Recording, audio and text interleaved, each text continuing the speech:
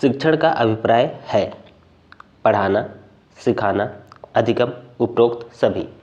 कौन सा विकल्प सही हो जाएगा? यह हो जाएगा आपका पढ़ाना। हम चले जाएंगे विकल्प ए के साथ। अगला, शिक्षण का संबंध नहीं है शिक्षक, विद्यार्थी, पाठ्यपुस्तक या इनमें से कोई नहीं। कौन सा विकल्प सही हो जाएगा? तो ये हो जाएगा आपका विकल्प डी, इनमें से कोई नहीं।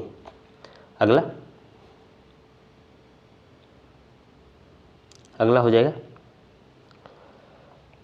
शिक्षण पुनर्बलन की आवश्यकताओं का क्रम है। ये किसका कथन है? स्किनर का, रायबर्न का या क्लार्क रस्क?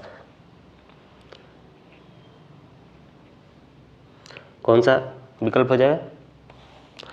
तो ये हो जाएगा आपका बीएफ स्किनर।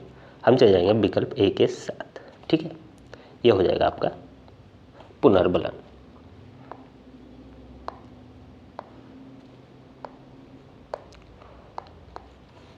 अगला, शिक्षण सीखने के लिए दी जाने वाले प्रेरणा, निर्देशन एवं प्रोत्साहन परिभाषा किसकी है?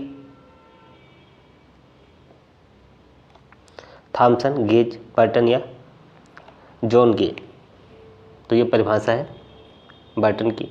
हम चले जाएंगे विकल्प सी के साथ। अगला,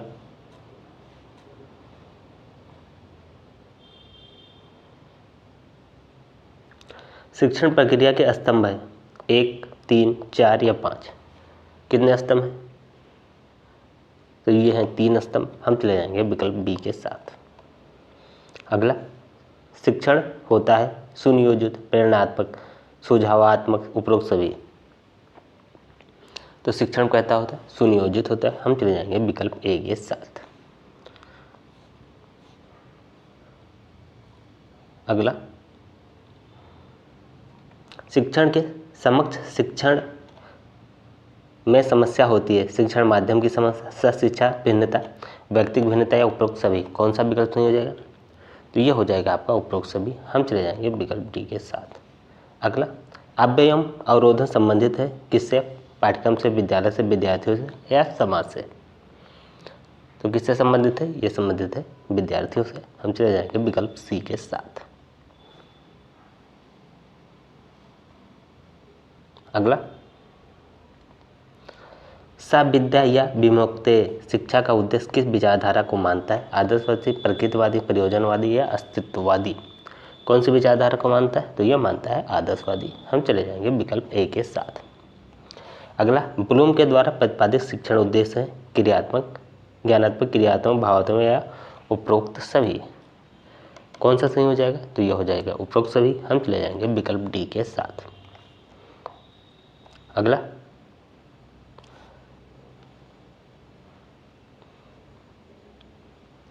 पाठवत विश्लेषण विधि में प्रयुक्त होता है लिखित संप्रेषण, मौखिक संप्रेषण, ए बी दोनों, इनमें से कोई नहीं। कौन सा विकल्प सही हो जाएगा? तो ये हो जाएगा आप आ और बा, ए और बी दोनों। तो हम चले जाएंगे विकल्प सी के साथ। अलग, कक्षा में संप्रेषण का माध्यम है मुख्य माध्यम, हार्डवेयर, पुस्तकें, मुख्य माध्यम या हार्डवेयर? कौन सा विकल्प सही हो जाएगा? तो मौखिक भी होता है हार्डवेयर के थ्रू, मुख्य और हार्डवेयर दोनों हो जाएगा। हम चले जाएंगे विकल्प डी के साथ। डी वाला ऑप्शन सही हो जाएगा। अगला, कक्षा में संप्रेषण का प्रारूप होता है शाब्दिक, अशाब्दिक, अशाब्दिक और शाब्दिक दोनों लिखित संप्रेषण। कैसा होता है कक्षा में संप्रेषण? तो शाब्दिक, अशाब्दिक दोनों होता है। हम चले जाएंगे विकल्प सी के साथ। अगला, अशाब्दिक संप्रेषण का आकलन किया जाता है फ्लेंडर की प्रविधि द्वारा, ओबर की प्रविधि द्वारा, ओबर की प्रविधि, ग्लोवे, उक्त सभी। कौन सा सही हो जाएगा? तो ये हो जाएगा आपका ग्लोवे की प्रविधि। हम चले जाएंगे विकल्प सी के साथ।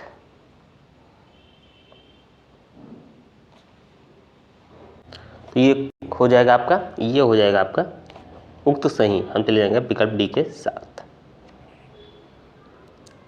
अगला,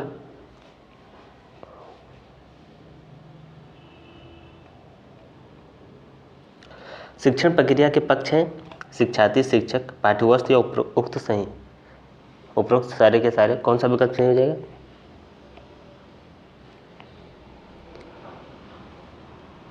तो ये हो जाएगा आपका उक्त सभी। हम चले जाएंगे विकल्प डी के साथ।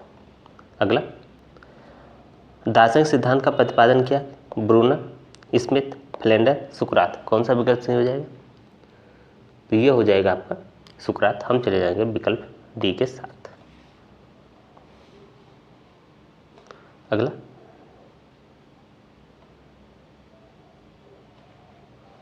अगला हो जाएगा आपका, शिक्षक किस प्रकार का व्यवहार करते हैं, वह वैसा व्यवहार क्यों करते हैं तथा उस व्यवहार का क्या प्रभाव है। कथन किसका? स्मिथ का, गेज का, ब्रूनर का या कार्लिंगर का है। कौन सा विकल्प नहीं हो जाएगा? तो ये हो जाएगा आपका गेज का स्टेटमेंट है, गेज का। हम चले जाएंगे विकल्प बी के साथ। अगला, ज्ञात से अज्ञात की ओर सूत्र की सबसे पहले किसने ध्यान आकर्षित किया? स्पेंसर, हर्बर्ट, ड्यूई, प्लेटो। तो ये हो जाएगा आपका हर्बर्ट। हम चले जाएंगे विकल्प बी के साथ।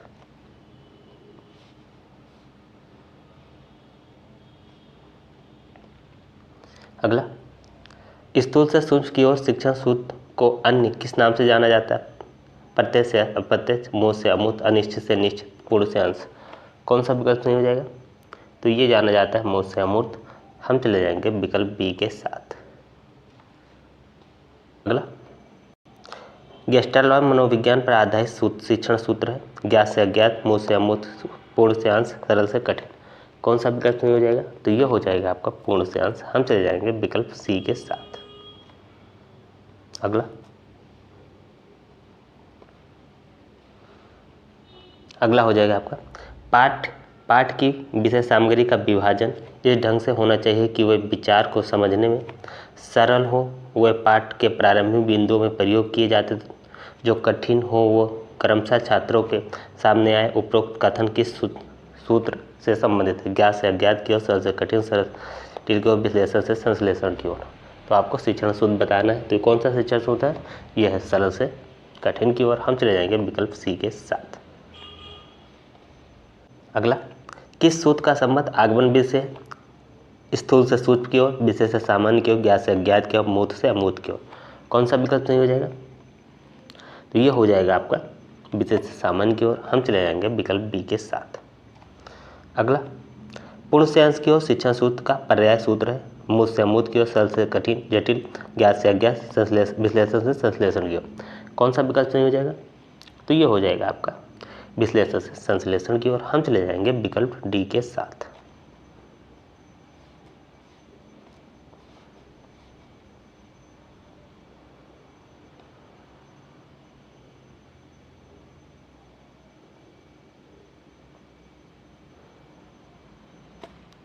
अगला,